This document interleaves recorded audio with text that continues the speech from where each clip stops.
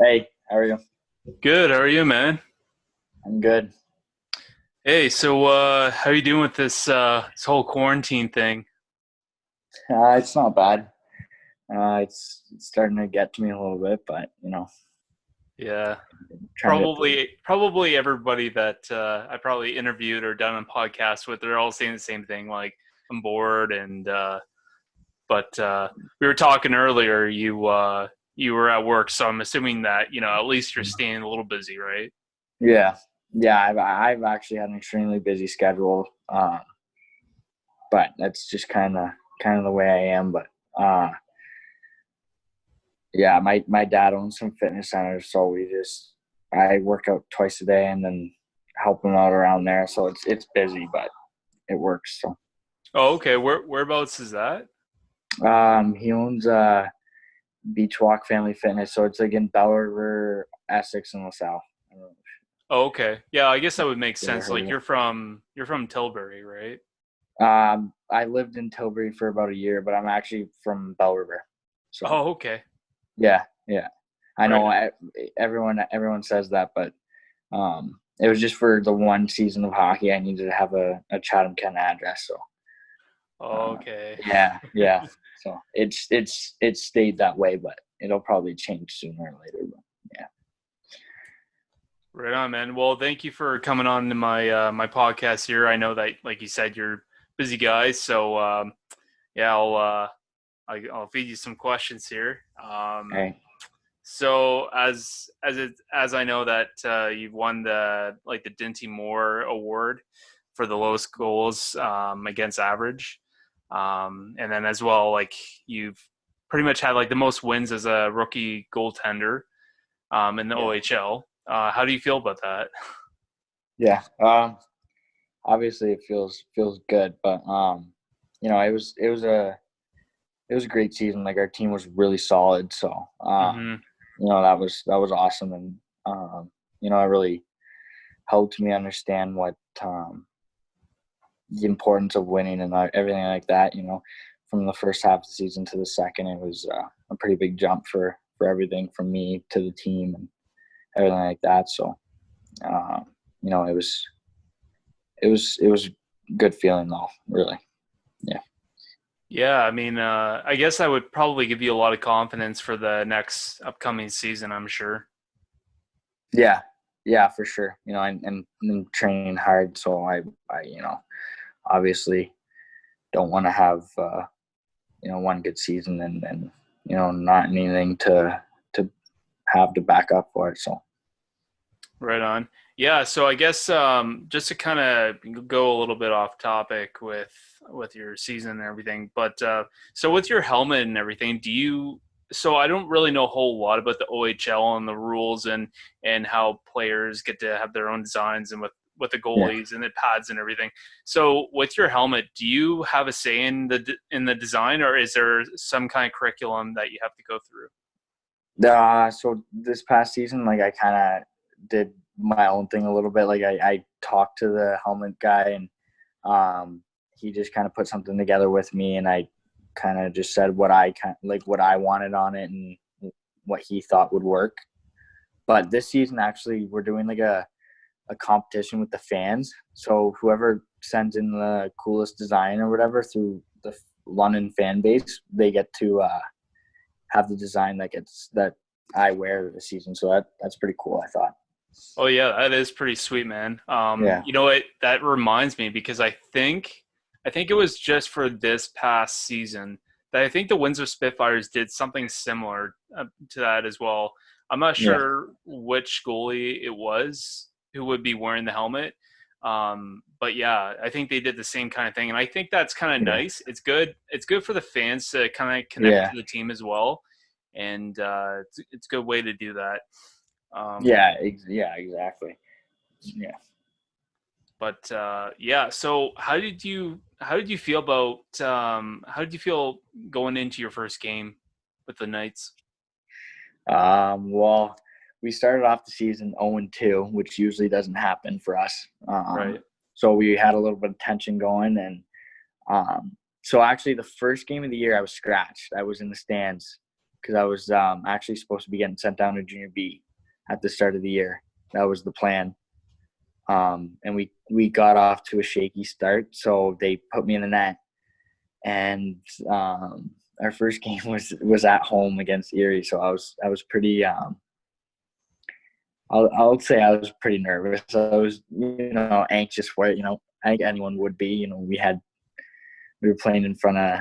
It was my first time playing in front of that many people, in a packed barn. So yeah, it was definitely pretty nerve-wracking, but it was fun. It was really fun.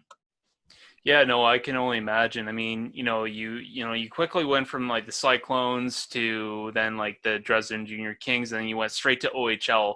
So I guess maybe you kind of already answered this, but how did that process feel? Was Definitely it too good. quick? I Sorry. I mean, for some people, I guess it would be. Um, but I think like I quickly changed my mindset to where I wanted to be and like how fast I wanted to get there. Um, I set goals in the summer and even at the start of the year where I was like, I want to be here and I want to stay here. So Hmm. I kind of, just followed that and never really let it get to my like head saying that I wasn't going to be there. Um, so I think that was probably one of the biggest things that helped, but it was definitely a big step for sure. Uh, it took a little while to get adjusted to everything, but with the goalie coach that I have in London, it helped a lot with everything. So And who's your goalie coach again? Darren McChesney. Okay, has he always been working for the Knights? The name sounds familiar.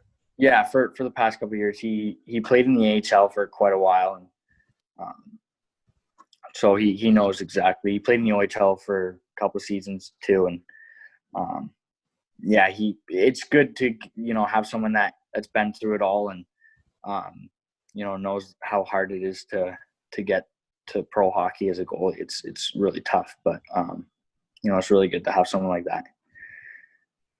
Yeah, I mean, like I think and you kind of notice with a lot of I think it can work to your benefit, and it can't. Like for a lot of teams and stuff like that.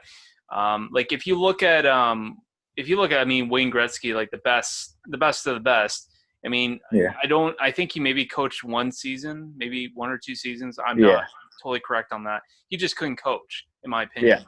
Um, yeah, but exactly. if you get certain guys that have that experience and have that ability, they know how to coach as well. I mean, you're laughing, and Yeah, I mean, if you got a guy like that can teach you to play goalie or not play goalie, but to help you with your skills, I think that is pretty beneficial to you. for sure.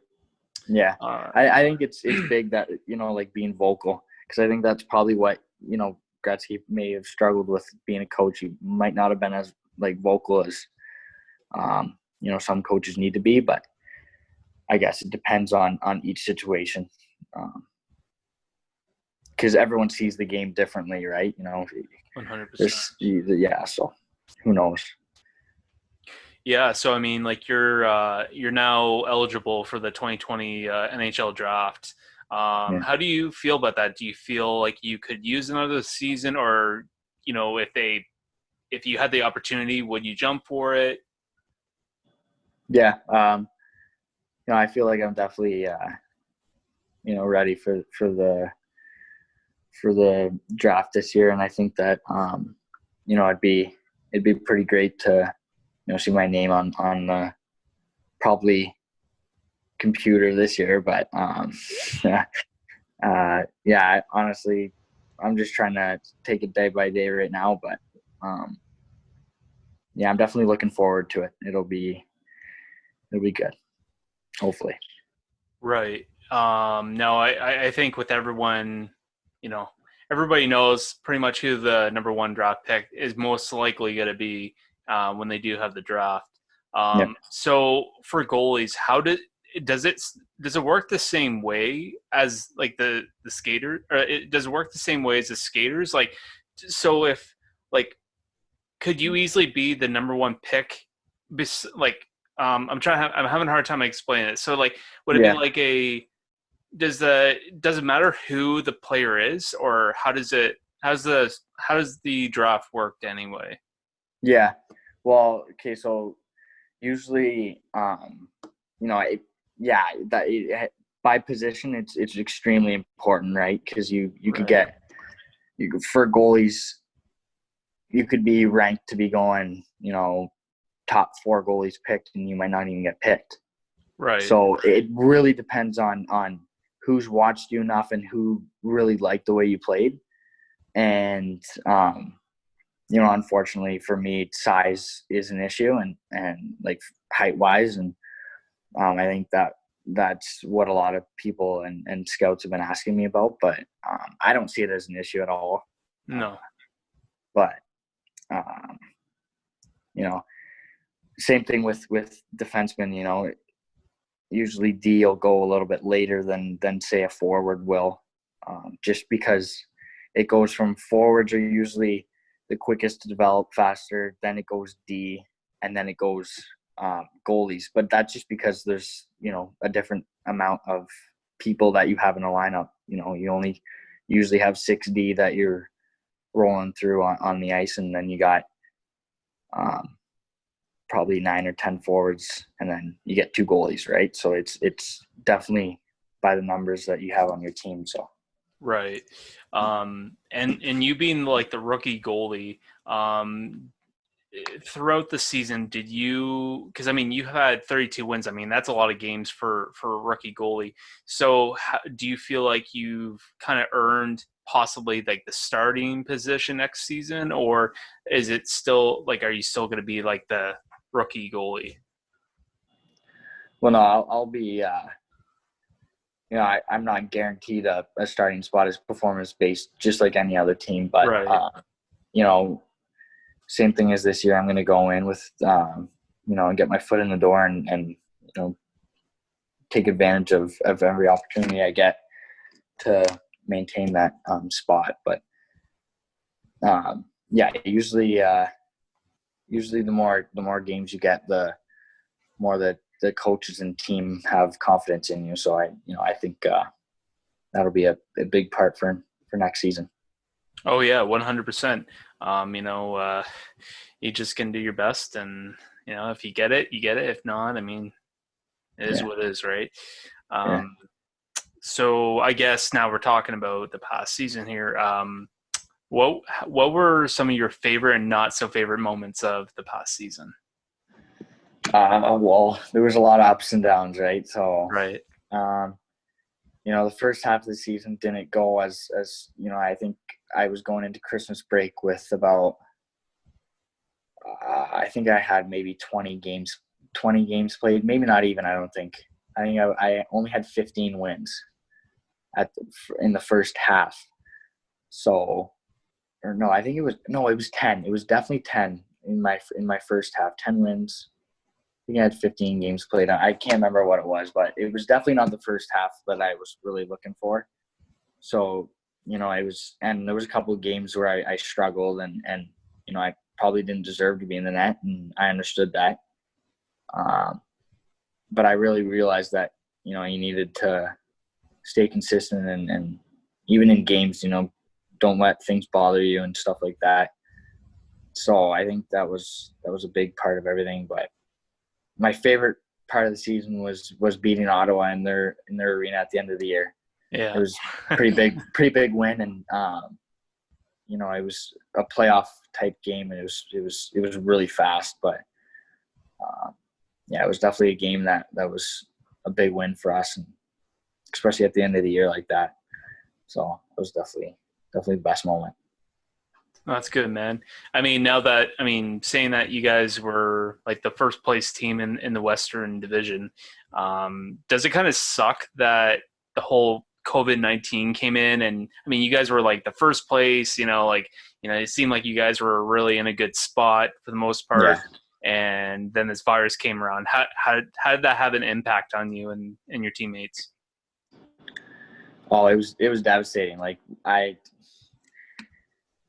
don't even know how to put words together for it. Like I sat there for probably a couple of weeks when I got sent home, and I'm like, oh my God, like I looked at it because at first I was like, okay, I'll be home for a couple of weeks and we'll probably go back and, we'll still have our playoff or whatever. But as things like went on, it just kept getting worse and everything. And then our season gets canceled, and I was definitely not happy, I guess, but it was tough, especially for the team, older guys that it was their last year and they hadn't won a Memorial Cup yet. We were looking for the Memorial Cup 100%. Like, we wouldn't look over any team in the playoffs, definitely, because anything could happen in the 7-game series. But it was definitely pretty devastating for us. We thought we had a good chance at least the OHL championship, but it got taken away from us, and we'll never know now. So. Yeah, it's always that kind of factor where what if, right? Yeah, exactly. Now all we got to say is at least for me, I got a couple more years, and hopefully I get to win the championship at least once. So. Yeah, it's devastating for a lot of guys. Like you could have a team that's just rolling all year, and then whether changes happen to the team and you don't have the same guys that you're playing with, and then you don't have the same team that you had last year, right? Yeah. But I know like for me, like I do coverage for the Maroons in the Go JHL league, and I know I talked to a couple of players there, and they, like, as much as they got beat out in the first round in the playoffs, they still said even if we had won, we weren't going any further. So in a way, it's kind of nice that even if you got through the round, you wouldn't have been playing anymore anyway. Yeah. So I think I think a lot of players were looking forward to this, and it is what it is. Yeah. But I mean, I know that the OHL, they're not going to be starting up anytime soon, and they're probably not until September, October. But do you think that NHL will come back in June, July? Yeah. I think they actually may have came out with an announcement either today saying that they're going to do a 2014 playoff. What? Yeah, so supposedly that's what they're going to do. Best of 5 or something. I'm not too sure, but I think they did make an announcement. I didn't really read up too much on it yet, but I'm not sure when and where they're going to do this. But supposedly they had their meeting, because the issue is that for our NHL draft, they need to announce what they're going to do with the remainder of the season so that our draft can be, maybe postponed or if it's still going to be on. But NHL teams need a full 30 days ahead of time for the final date of the draft, so that they could start, making calls to players and putting together a list of who they want for their 7 picks. Yeah. I mean, it'll be interesting. I normally they do like the whole ceremony with like the draft, and they get the guys to come up on stage and do all that stuff. I don't think that's more than likely that wouldn't happen this year anyway, which kind of sucks, because I think that's kind of part of the whole draft part. Like, that's what people like to go and watch. I mean, like, if you look at all the greats that have been in the NHL that got drafted, whether it was a year or 2 ago or 5 years ago, I mean, I think that's the whole part of it too. But if they can still find a way to do it, whether that be online, like like Zoom, for example, they get say, whoever's gonna have their first round pick. I mean, more likely it's going to be Detroit or New Jersey Devils. But let's say, for example, it's Detroit, so they'll say, like, they'll have like whoever online, and they'll announce it, and then it won't be as exciting for sure, but even for the players, like, the experience. I know that a couple of guys like McMichael, he loved the draft because he got to stand up on the stage and stuff like that, being a first round pick. Like, it's so things like that. Like when you're even Lafreniere this year, it's probably gonna suck for him because he's going first overall, and Yeah. imagine being a first overall pick and you get you have to be on a Zoom call or something like that for the draft. Like it'd be tough. Well, and then he has to go on there and sound excited, like "Yay!" Yeah, like. exactly. But Yeah, yeah, it's I mean, it's nice that they can do things like that, but everything that's going on this year isn't the same. So, yeah, but exactly. it is what it is. Especially teams draft for players who do good in playoffs, and we haven't had playoffs. So like even some guys on my team, like Evangelista, he still hasn't played a playoff game, and he just finished up his second year because London's a little tough to crack the lineup that often as a rookie. So, Right. But yeah, like there's guys like that, and it's like he's gonna go probably early second round, and he still hasn't played a playoff game. It's ridiculous.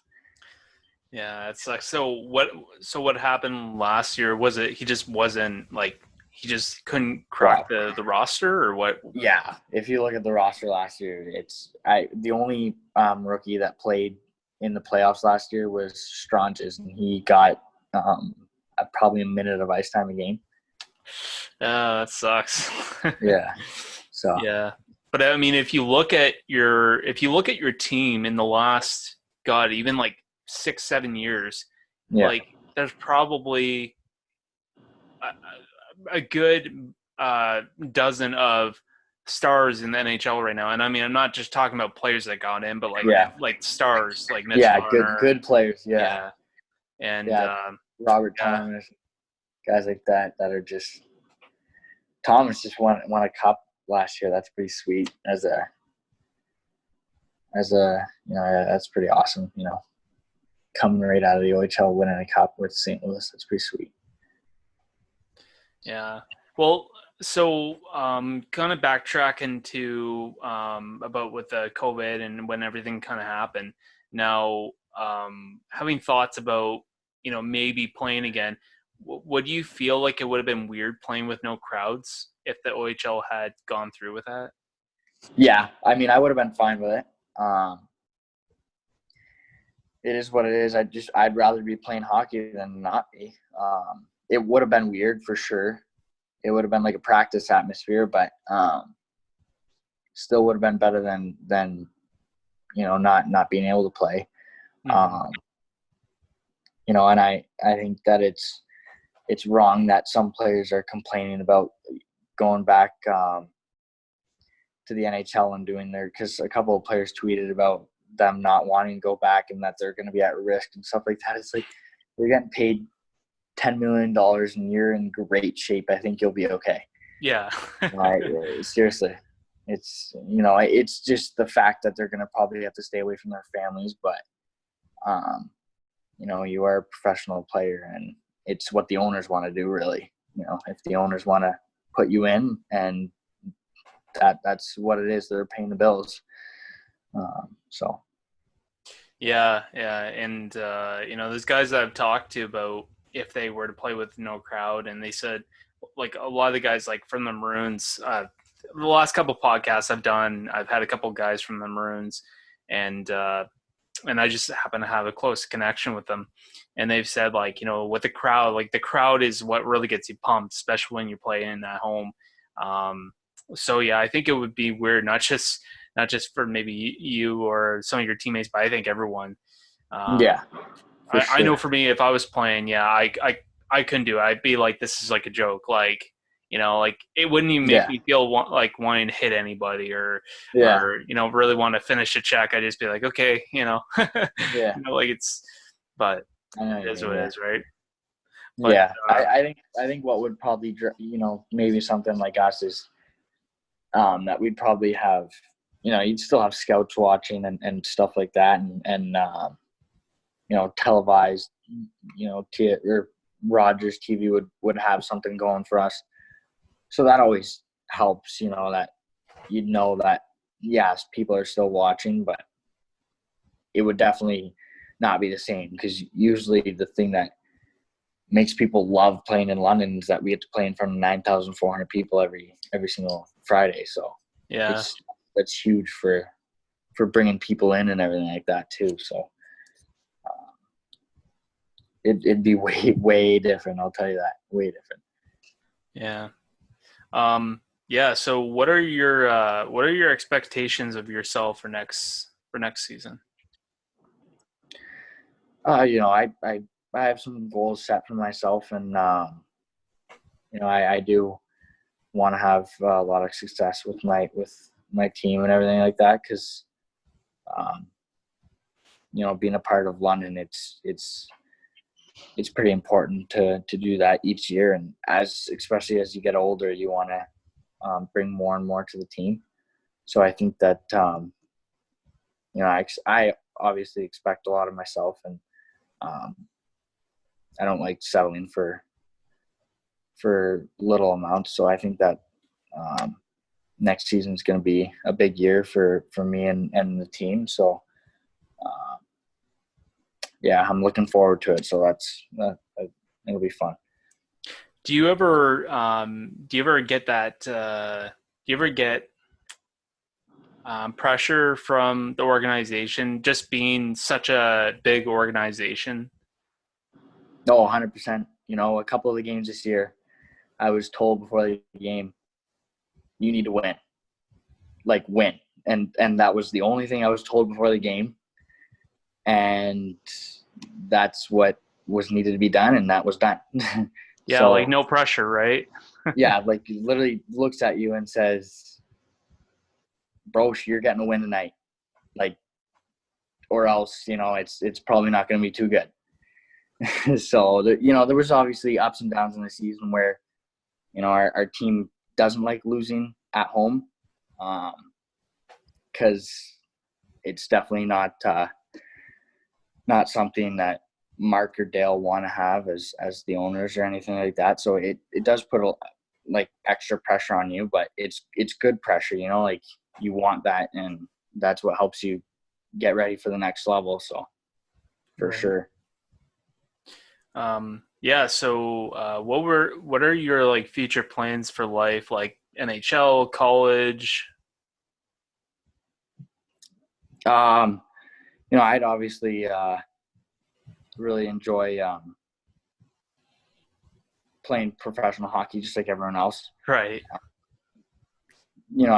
I obviously don't let any options slip out of my mind, but right now I'm focused on hockey 100%. And, if I stay dedicated and, still do everything that I'm doing, I think that, it's not too far to reach. So, it's definitely good, but we get free university. So I'm going to probably take a business class at Western this year.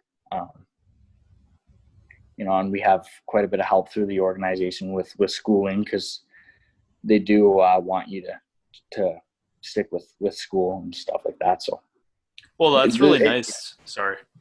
yeah, that was good. I think it's just because our schedule is so busy. That's just um, the issue with doing schooling as well as you're playing in the OHL. It's extremely busy. So that'll be the only issue. Right. And yeah, sorry. Like I was saying, yeah, that must be really nice of them to do something like that for you. I mean, it just takes that pressure off you, and knowing that they have your back as well, and to Yeah, make sure that you're successful in other aspect in life as well. yeah, Say if things, if you change your mind about hockey, at least you have your schooling to back it up after, right? 100%. Yeah, and I think our team put a lot of pressure on getting good grades at our school too. Like, if you had below a 75 or anything like that, um, you were gonna hear it probably. So, usually we wanted to keep the team average around like 80s and stuff like that to make sure that because not everyone on our team is going to play in the NHL, and that's just the reality of it. So Yeah. um, if schooling's going to schooling's important as well, and our team does help out a lot with tutors and everything like that. So it's great. Right. Yeah. So if we're talking about the draft here, so in a perfect world, if you could be drafted by any team, who would you like to be drafted by? Oh, that's a tough one. There's um, a lot of different teams that I would love to go to, but I don't know, like Detroit's basically a hometown team, so like that'd be pretty sweet. Um, but I can't really pick any team, I guess, because right now, you're getting calls from different teams, and you're like, okay, well, who's the team that might, call your name or whatever. So I try not to even think about what team I would like to go to, Right. because really you never know. And um, I guess like if you get picked by an NHL team or play in the NHL one day, I don't think you'd care if it was the worst team in the league or the best. Well, and then Um, that's but yeah, yeah, it's like I guess if you get in the NHL, that's the bonus right there. yeah, I don't know. Like for me, if it was me, it'd definitely be Toronto. Obviously, yeah, huge Toronto yeah, fan. But yeah, I think like if you're called into the NHL, bravo. That's what matters. Because as we've seen it this year, like we've seen NHL, the teams have changed so much. Hockey skill and um, just the style of play has changed so much, yeah, and we've seen like a team like Arizona Coyotes, like they were like nothing. They just weren't. They weren't the most popular team for a while, and they in this year they they're playing a lot better than some other teams I expected to be better than them. Even like Philadelphia, they were kind of a bottom team, and they seemed to get it this year. And yeah. so I think like getting drafted by any kind of team for sure is, it's a bonus because you never know what can happen in the next couple of years if you're drafted. Yeah, exactly. Teams can change quickly. Look at Arizona; they made a couple big trades and brought up some guys that were pretty important to their team, and they were a powerhouse kind of type thing. So yeah, Yeah, 100%. Like I think, if you look at Washington, I'm sure if you ask someone what team would you like to be on, I think a good amount of people would probably want to say Washington.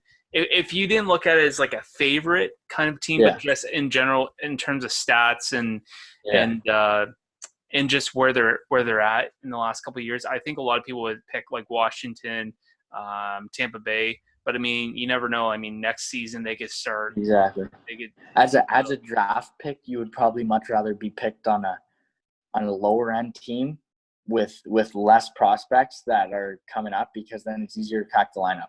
Like there's guys like Merkley and McMichael on our team that, or even Foodie, like it's going to be tough cracking the lineup on San Jose or Columbus or Washington. Like, and they all say it. They're like, well, if I was drafted to this team, I'd be playing there right now. All right. It's the thing of getting drafted to a good team, but then it is like when you play there, it's like, all right, we got a solid team and we're going on a cup run right away, right? Right. So No, Foodie.